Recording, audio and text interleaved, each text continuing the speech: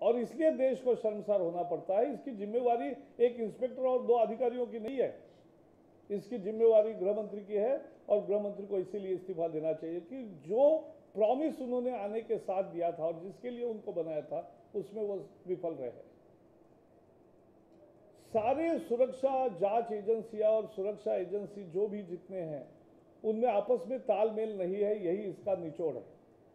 और ये तालमेल अगर नहीं है तो ये जो हो रहा है ये बहुत ही दुर्भाग्यपूर्ण है और इसलिए कोई ना कोई जिम्मेवारी लेनी चाहिए, नहीं तो ऐसा ही जाएगा। एक अधिकारी और एक इंस्पेक्टर ये कोई इसके जिम्मेवार नहीं थे और इसलिए हम इस्तीफे की मांग करते हैं।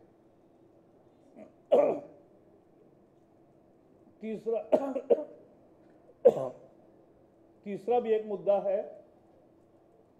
पिछले कुछ दिनों से बहुत चैनल्स ने और कुछ अखबारों ने भी ये स्पीक एशिया के नाम से जो लोगों को चूना लगाने का काम चल रहा है, एक ऑनलाइन सर्वे के मोह में कि हर सर्वे में भाग लोगे तो 1000 रुपये मिलेगा, इसके लिए पहले 11,000 रुपये लोगों से लेते हैं और ये एक बड़ा घोटाला है। और ऐसा ही घोटाला पहले एनएफडीसी का सीआर भंसाली वगैरह हुआ था, इसमें 40,000 करोड़ की चपत लगी थी आम जनता को। अब भी उसके प्रमोटर्स है, उन्होंने मेहता करके कोई है, उन्होंने कहा है कि 5,000 करोड़ रुपए का उनका कारोबार है और इसका कोई पता नहीं। आज हम किरीट सोमैया जी, मैं, हंसराज अहीर और हमारे इन्वेस्टर्स ग्रीवेंसेस सेल के अरुण सिंह, ये इनका प्रतिनिधिमंडल आज विभिन्न अधिकारियों को और सचिवों को इसके संदर्भ में बैंकिंग के सचिव, इकोनॉमिक अफेयर्स के सचिव और इन सबको हम मिले और हमने ये मांग की है कि इनको तुरंत गिरफ्तार किया जाए, इन पर गुनाह ये किया जाए और उनके पासपोर्ट जब्त किए जाए और लोगों को तुरंत राहत देने के लिए इस पर पाबंदी लाई जाए और बहुत प्रभावी कदम तुरंत उठाने चाहिए। और इसलिए इसका भी मैंने जिक्र किया है, लेकिन हमने मांग की है कि ये भी एक लोगों को चूना लगाने का जो काम चल रहा है उस पर भी कार्रवाई होनी चाहिए, उसका भी जिक्र हमारे प्रेस हैंडआउट में है। 2 बातों का है और कनिमोझी के बारे में जो मैंने कहा वो प्रेस हैंडआउट में नहीं है क्योंकि निर्णय अभी आया था। अच्छा, एक और विषय है जिस पर हम टिप्पणी करना चाहते कि कर्नाटक के राज्यपाल महोदय ने देश के सामने ये कबूल किया कि बहुमत, भारी बहुमत येदियुरप्पा के साथ है, फिर भी गवर्नर का खेल जारी है और जो विधानसभा का सत्र बुलाने की मांग कर रहे हैं, बाकायदा मंत्रिमंडल ने प्रस्ताव पारित करके उनको भेजा है। 2 दिन हो गए फिर भी अगर वो नहीं दे रहे हैं तो राष्ट्रपति जी भी कभी ऐसा नहीं करती। मंत्रिमंडल का जैसे प्रस्ताव आता है तुरंत उसको मान्यता देती है प्रक्रिया पूरी करके।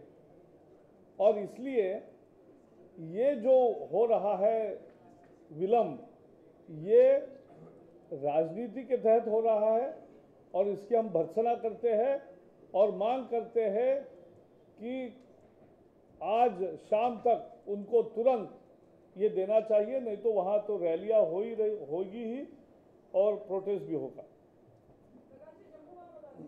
जम्मू वाला क्या? कोहली जी बैठक हुई या होनी है?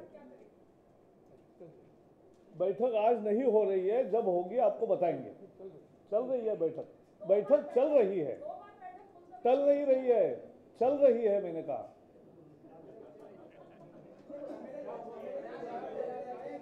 तो बैठक पूरी होने के बाद अगर कोई फैसला होगा अलग से, हमने तो निलंबन किया है। अरे वही मैं बता रहा हूं, इसी का संज्ञान लेते हुए बैठक शुरू है अभी और बैठक के बाद अगर कुछ बताने लगे, क्योंकि हमने तो निलंबन की कार्रवाई की है, अब उसके अगर आगे कुछ कार्रवाई करते हैं या क्या करते हैं, ऐसा कुछ निर्णय होगा तो आज बताएंगे। क्योंकि ये समिति अपने आप में निर्णय नहीं लेती, समिति ये निर्णय अपनी सिफारिश पार्टी के अध्यक्ष जी को सौंपती है पार्टी के अध्यक्ष सोमवार को दिल्ली में आएंगे, उसके बाद कुछ है तो बताएंगे। वो तो अध्यक्ष जी को ही देते हैं ना, अध्यक्ष जी को। ये मेरी प्रेस कॉन्फ्रेंस नहीं है, ये जावड़ेकर जी की है। नहीं, लेकिन अध्यक्ष जी को देते हैं। ऐसा है, अनुशासन समिति की बैठक की जो भी सिफारिश होगी वो अध्यक्ष जी को सौंपी जाएगी और निर्णय पार्टी के ओर से होगा और पार्टी फिर आपको बताएगी। नहीं, बैठक यही है। नहीं, वो तय करते हैं। बताइए आपका जरूरत है। ये विषय आज की प्रेस कॉन्फ्रेंस का नहीं था, लेकिन आपने जावड़ेकर जी से प्रश्न पूछ लिया और संयोग से मैं यहाँ हूँ, तो जितनी बात मुझे कहनी है उतनी बात मैं आपके ध्यान में दिला देता हूँ। बात ये है कि पार्टी ने, पार्लियामेंट्री बोर्ड ने 7 विधायकों को निलंबित करने के बाद गठबंधन नहीं है, यूपीए का गठबंधन है, उनको पूछिए। अरे फिर वही बात है, आज जिनका है उनको पूछिए। अब कोहली जी, हाँ। आप तो प्रभारी हैं जेएनके के, इस वजह से क्या आप डिसिप्लिनरी कमेटी में आज नहीं गए क्योंकि वो जेएनके का मामला था? करेक्ट। कि कोई और वजह है? मतलब आपने अपने आप को रिक्यूज किया है आज?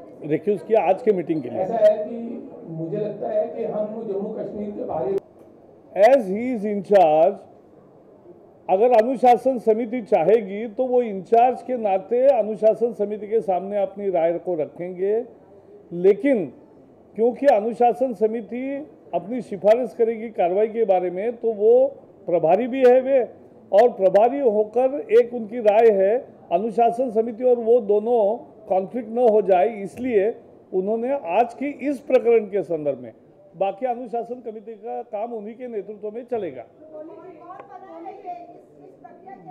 वो मीटिंग चल रही है, इट्स अ फॉर्मेलिटी।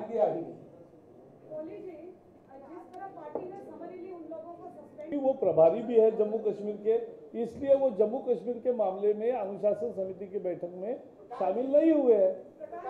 बस